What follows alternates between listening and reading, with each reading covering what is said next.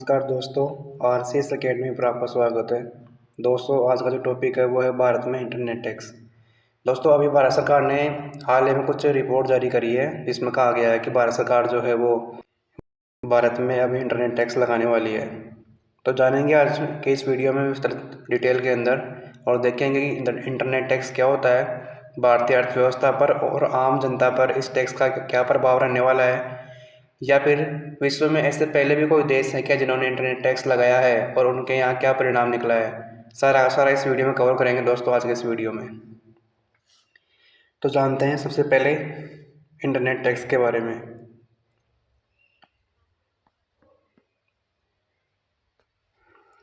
दोस्तों, अभी भारत सरकार ने डेटा इंटरनेट के उपयोग पर टैक्स या लेवी लगाने के लिए चर्चा जारी करी है, जो कि बेहद एक बर्निंग टॉपिक बना हुआ है।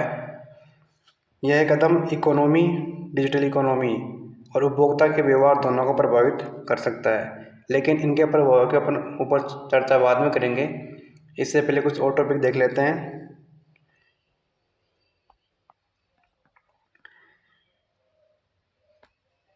भारत में प्रस्तावित इंटरनेट टैक्स का भी प्रेजेंट में क्या स्वरूप है वो देख लेते हैं। दोस्तों, भारत सरकार जो है यानी गवर्नमेंट ऑफ इंडिया, इसके अधीन एक डिपार्टमेंट बना हुआ है। कौन सा? DOT, department of telecommunications. इस डीओटी के अंडर में ही नीचे काम करता है try, telecom regulatory authority of India. Bharat के दूरसंचार विभाग द्वारा मोबाइल डेटा पर एक मामूली शुल्क लगाने की संभावनाओं पर विचार किया जा रहा है। यानी जो डीओटी है वो चाहता है कि जो भारत के जो डेटा उपभोग करने वाले जो उपभोक्ता है इनके ऊपर एक एक्स्ट्रा टैक्स और लगाया जाए।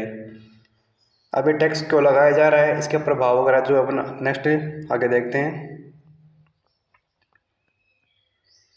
यानी इंटरनेट टैक्स लगाने के प्रमुख उद्देश्य कौन कौन से हैं ये देख लेते हैं एक बार। पहला उद्देश्य, इंटरनेट टैक्स लगाने से फ़ायदा क्या होगा। सबसे पहला फ़ायदा तो गवर्नमेंट को क्या होगा, एक्स्ट्रा रेवेन्यू जनरेट होगा। रेवेन्यू एक्स्ट्रा आएगा गवर्नमेंट के पास में, यानी सरकार के पास में कमाई का जो साधन है वो और इम्प्रूव हो जाएगा और गवर्नमेंट के पास में पैसा एक्स्ट्रा आएगा।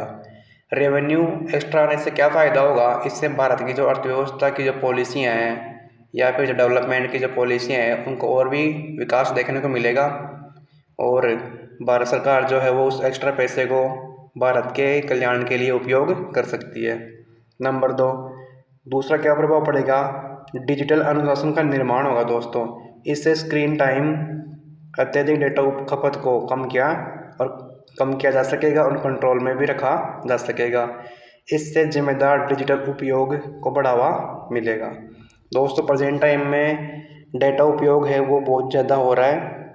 दूसरी चीज़, साइंस का एक इम्पोर्टेंट टॉपिक है स्क्रीन टाइम। दोस्तों, स्क्रीन टाइम बढ़ने के कारण बहुत सारी स्वास्थ्य संबंधी समस्याओं का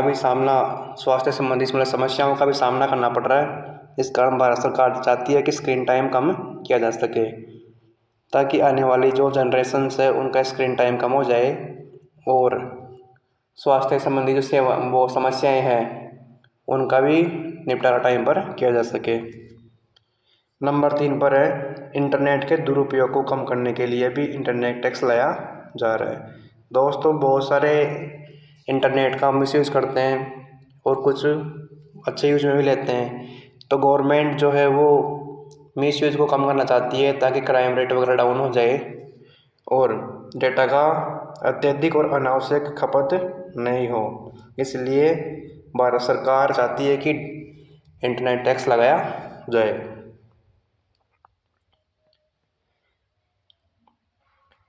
अब सरकार के दिमाग में चल क्या रहा है दोस्तों, सरकार चाहती है कि प्रत्येक 1 GB डेटा पर अतिरिक्त ₹1 का टैक्स लगा दिया जाए। तो इससे भारत सरकार को 1 साल के अंदर लगभग 22,900 करोड़ रुपए का अतिरिक्त राजस्व प्राप्त हो जाएगा। दोस्तों, इस रिपोर्ट से गवर्नमेंट का कहना है, अभी गवर्नमेंट इसके ऊपर प्रयास कर रही है लेकिन लागू नहीं हो पाया है, अभी सिर्फ रिपोर्ट जारी हुई है। तो दोस्तों, अब आप देख सकते हैं यहाँ पर कितना करोड़ रुपए का रेवेन्यू जनरेट हो रहा है, लगभग 22,900 करोड़ रुपए का, जो कि एक बहुत ज़्यादा बड़ी इनकम है, एक्स्ट्रा इनकम है। इस एक्स्ट्रा इनकम को गवर्नमेंट डेवलपमेंट का प्रोग्राम से यूज कर सकती है। नेक्स्ट है, प्रेजेंट में इंटरनेट टैक्स की क्या स्थिति है वो भी देख लेते हैं एक बार।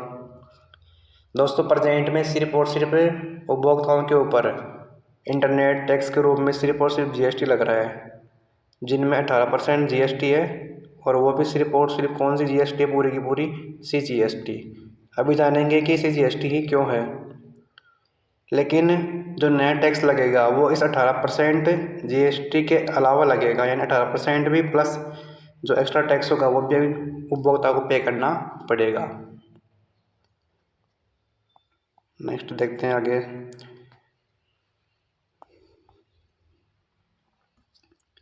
दूरसंचार से प्राप्त होने वाले रेवेन्यू पर किसका अधिकार है। दोस्तों ये टॉपिक अपने आप में महत्वपूर्ण है क्योंकि पॉलिटिक्स से संबंधित भी है ये टॉपिक। दूरसंचार से प्राप्त होने वाले रेवेन्यू पर मुख्य रूप से सेंट्रल गवर्नमेंट का ही अधिकार होता है। स्पेक्ट्रम उपयोग शुल्क, लाइसेंस शुल्क जैसे रेवेन्यू सीधे केंद्र सरकार को डीओटी डिपार्टमेंट ऑफ टेलीकम्युनिकेशन के पास जाते हैं। लेकिन दोस्तों मिलने वाले रेवेन्यू पर सिर्फ और सिर्फ सेंट्रल गवर्नमेंट का अधिकार होता है, ना कि स्टेट गवर्नमेंट का। अब सेंट्रल गवर्नमेंट का क्यों होता है देखते हैं आगे।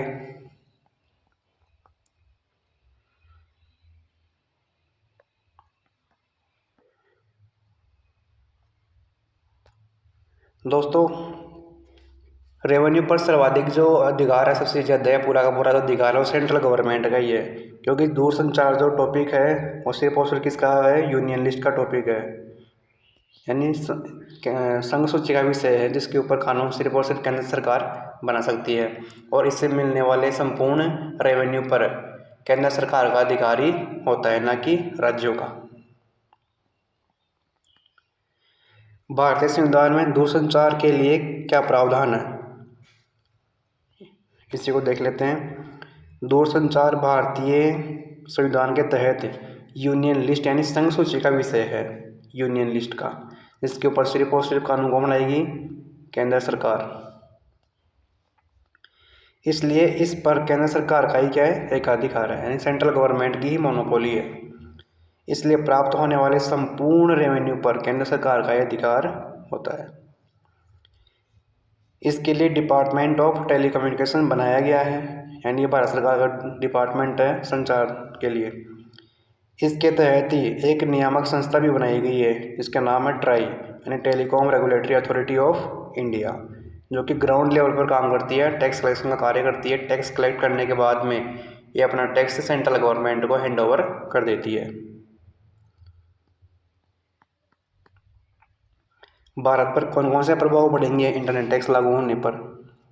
तो दोस्तों यहाँ पर प्रभावों को अपन दो प्रकार से देख सकते हैं, सकारात्मक प्रभाव और नकारात्मक प्रभाव। सकारात्मक में प्रभाव में क्या होगा, सरकार के पास बुनियादी ढांचे को और ग्रामीण डिजिटल कनेक्टिविटी को बढ़ाने के लिए अत्यधिक फंड प्राप्त हो जाएगा, यानी गवर्नमेंट के पास में एक्स्ट्रा रेवेन्यू आएगा, तो गवर्नमेंट के पास में क्या हो गया, बहुत सारा पैसा हो गया। उस पैसे को गवर्नमेंट ग्रामीण एरिया के अंदर इंटरनेट सेवाओं को बेहतरीन बनाने के लिए और भी ज़्यादा योगदान कर सकती है, काम में ले सकती है। दूसरा नकारात्मक प्रभाव क्या होगा, भारत में वर्तमान में दुनिया का सबसे सस्ता डेटा मिलता है। पूरे विश्व में अपने यहाँ पर लगभग 12 से 16 रुपये के बीच में 1 GB डेटा मिलता है, जो कि पूरे विश्व में क्या है, बहुत सस्ता डेटा है।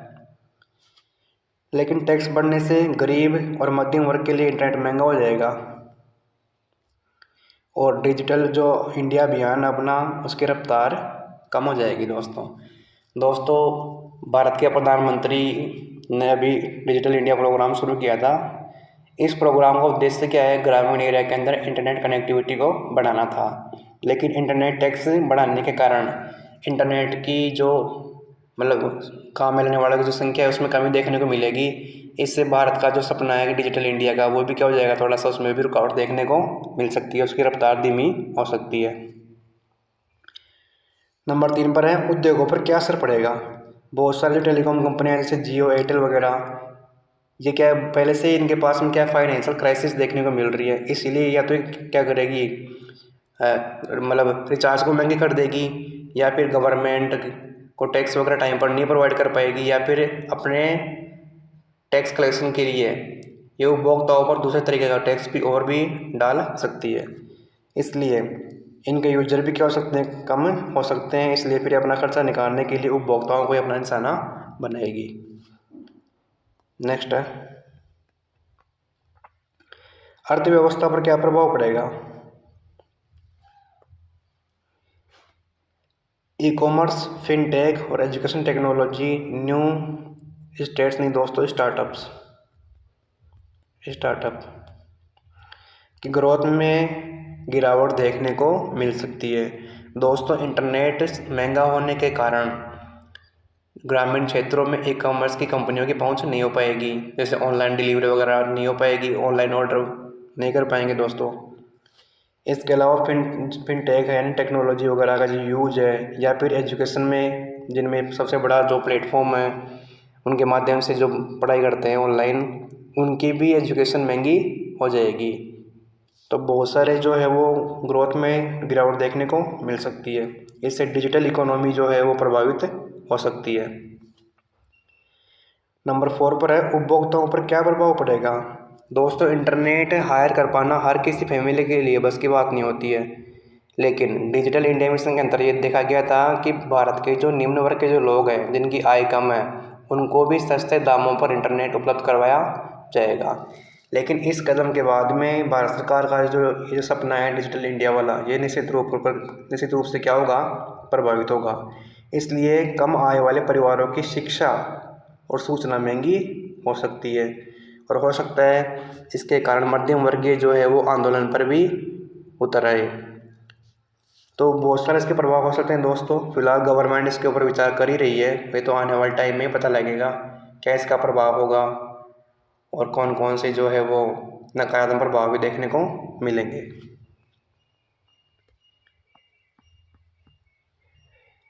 क्या दुनिया में पहले कहीं पर इंटरनेट टैक्स लगा है? तो बिल्कुल लगा है। जैसे युगांडा में 2018 में लगा था।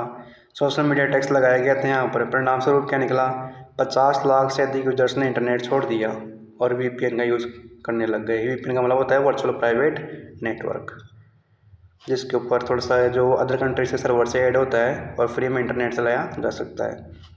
तो यहाँ पर युगांडा में इसके अलावा लोगों ने मतलब प्रदर्शन भी किया था, और इसका परिणाम ये निकला कि युगांडा की गवर्नमेंट को इस सोशल मीडिया टैक्स को, इंटरनेट टैक्स को बंद करना पड़ गया। ऐसे फ्रांस में बड़ी टेक कंपनियां जैसे गूगल, फेसबुक के रेवेन्यू पर 3% टैक्स लगाया। इससे गाफा टैक्स भी कहा गया। यानी फ्रांस में भी कंपनियों के ऊपर टैक्स लगाया गया। फलस्वरूप क्या निकला, परिणाम ये निकला कि फ्रांस की पब्लिक ने भी इंटरनेट यूज़ करने में गिरावट दिखाई। इस कारण डिजिटल जो इकोनॉमी है वो वहाँ पर भी क्या हुई, प्रभावित हुई। तो इसके बहुत सारे नकारात्मक परिणाम भी है। तो इंडिया में क्या प्रभाव रहेगा ये तो दोस्तों लागू होने के बाद में पता चलेगा।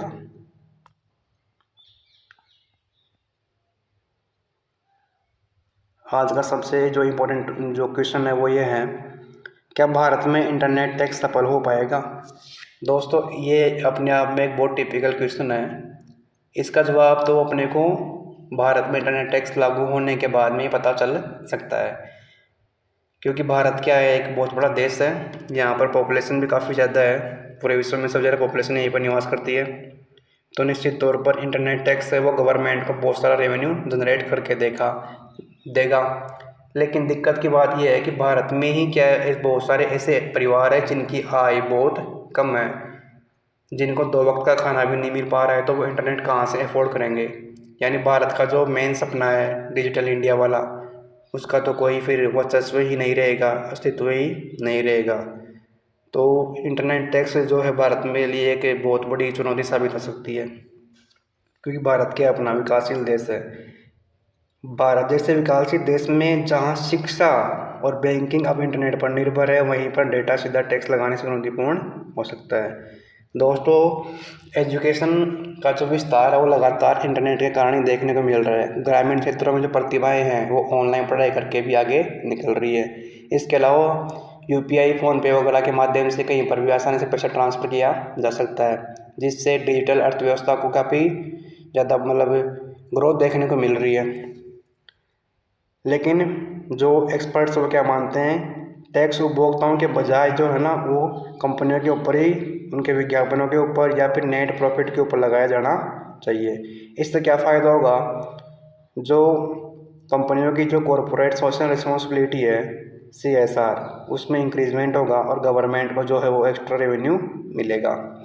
तो गवर्नमेंट को करना क्या चाहिए, गवर्नमेंट को उपभोक्ताओं के बजाय कंपनियों पर टैक्स लगाना चाहिए, ताकि कंपनियां भविष्य में रिचार्ज भी महंगे नहीं कर पाए, इससे ग्राहकों के ऊपर दबाव भी नहीं बनेगा और डिजिटल इंडिया का जो अपने सपना देखा गया है वो निश्चित रूप से साकार भी हो जाएगा।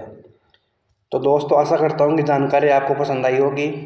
दोस्तों ये टॉपिक जो है वो specially UPSC mains, RS mains या फिर स्टेट PCS मेंस के लिए उपयोगी हो सकता है। तो प्लीज़ इसे लाइक और सब्सक्राइब और शेयर ज़रूर करें। ऐसे ही आगे वीडियो जो है वो आने वाले टाइम में भी आपको देखने को मिलेंगे। वीडियो देखने के लिए आपका बहुत बहुत धन्यवाद।